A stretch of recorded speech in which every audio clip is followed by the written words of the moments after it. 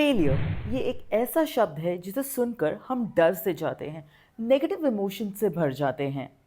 हम अक्सर कोई कदम नहीं उठाते ये सोचकर कि फेल हो गए तो क्या करेंगे।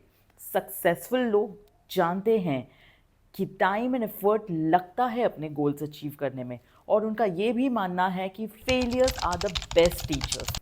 तो आज दोस्तों हम 5 ऐसे लोगों के बारे में बात करेंगे जो अपने ज़िंदगी में बहुत सक्सेसफुल हुए हैं, लेकिन at one point of time अपने ज़िंदगी में बहुत बड़ा फेलियर भी देखा है। और उनका मानना है कि वो आज जिस भी जगह पे हैं वो अपने फेलियर्स के कारण हैं।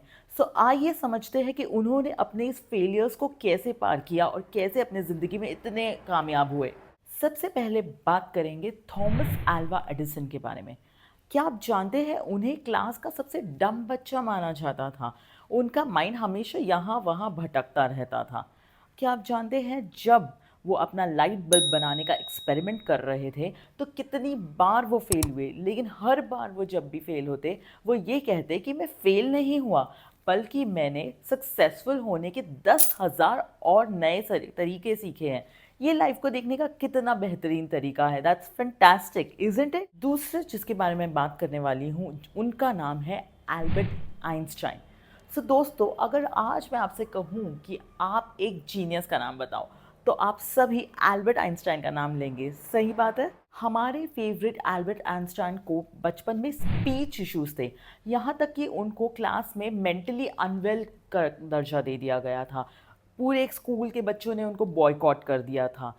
उन्होंने ज्यूरिक पॉलिटेक्निक के एग्जाम्स दिए थे पर वहाँ भी वो फेल हो गए थे, बट उन्होंने हार नहीं मानी। उन्होंने फिर से ट्रेनिंग ली और इस ट्रेनिंग के बाद फिर से वहाँ पे अपियर किया, और उसके बाद वहाँ पे ही वो आगे जाके एक यूनिवर्सिटी में लेक्चरर बन गए, और यहीं नहीं रुके, वो आगे जाके वहाँ पर एक लीडिंग थियरिस्ट भी बन गए। तीसरा हम बात करेंगे नारायण मूर्ति के बारे में। नारायण मूर्ति को father of Indian IT sector कहा जाता है, और यहाँ तक कि फॉर्च्यून मैगजीन की लिस्ट के हिसाब से उनको 12 ग्रेटेस्ट एंटरप्रेन्योर्स में से एक कहा जाता है।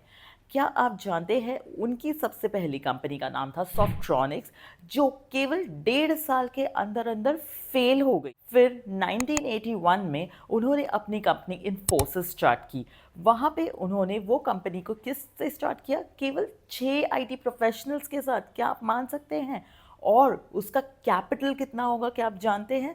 उनके पास कोई पैसा नहीं था, कुछ चंद रुपए लेके अपनी वाइफ से, सुधा मूर्ति से, और 6 आईटी प्रोफेशनल्स के साथ उन्होंने ये कंपनी स्टार्ट की थी। ये कंपनी इन्फोसिस आज इंडिया की 5th largest publicly trade company और 3rd largest Indian IT services में से एक है।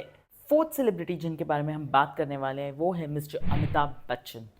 साल 2000 में जब पूरी दुनिया एक नई सेंचुरी को वेलकम करने में जुटी हुई थी, उस साल यही हमारे अमिताभ बच्चन एक बहुत ही डिजास्ट्रस टाइम से गुजर रहे थे।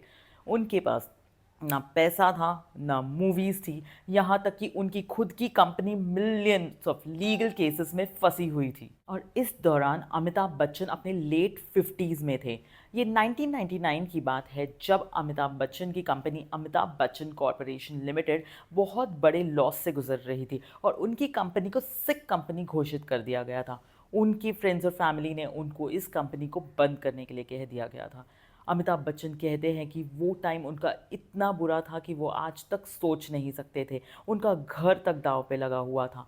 फिर अचानक वो एक दिन यश चोपड़ा के पास गए। उन्होंने उनको कहा कि मेरे पास अब कुछ नहीं बचा है, मेरा घर तक दांव पे है, क्या आप मेरी मदद कर सकते हैं? तब यश चोपड़ा ने उनको मोहब्बतें ऑफ़र की, और मोहब्बतें के रोल के बाद उनको बहुत सारे टीवी कमर्शियल्स मिले, प्रोग्राम्स मिले, और उनके पास उनका पैसा आने लगा। और फिर रहा टर्निंग पॉइंट जब उनको कौन बनेगा करोड़पति में ब्रेक मिला, और उसके बाद वापस वो अपना नेशनल स्टारडम इंडिया में फैला पाए। सो देखा कि कैसे अपने 50s में होने के बावजूद अमिताभ बच्चन ने क्या कमबैक किया है फेलियर्स से। फिफ्थ है हम सबके फेवरेट स्पोर्ट्समैन महेंद्र सिंह धोनी। हम सब जानते हैं कि महेंद्र सिंह धोनी कितने सारे फेलियर्स से गुजरे हैं। वो कितनी बार इंडियन टीम में सिलेक्ट होते होते रह गए, यहाँ तक कि उनको टीसी की नौकरी भी करनी पड़ी। हम सब ने धोनी मूवी में देखा था कि वो कितना उस नौकरी से बाहर निकलना चाहते थे और अपने पैशन को परस्यू करना चाहते थे। पर भगवान है कि उनकी परीक्षा पे परीक्षा लेते गए, पर महेंद्र सिंह धोनी ने कभी हार नहीं मानी। इन सब चीज़ों से हम समझते हैं कि भगवान भी जब आपको कोई बड़ी चीज़ देने वाला होता है ना, तो वो भी टेस्ट करता है पहले कि आप सब उस चीज़ को झेलने के, उस कामयाबी को झेलने के काबिल है या नहीं। तो समझिए मेरे प्यारे व्यूअर्स, फेलियर्स भगवान का सिर्फ एक टेस्ट होता है, और आप अगर उस टेस्ट को पार कर गए ना, तो आपका सक्सेसफुल होना, आपका गोल्स अचीव करना निश्चित है। अगर आपको लगता है कि मैंने आपको अपने फेलियर्स में से बाहर निकलने के लिए थोड़ी भी मदद की है, तो please like and subscribe to my channel Swati talks, and also share this video जिसको भी इसकी ज़रूरत है, क्योंकि सबका भला होना चाहिए।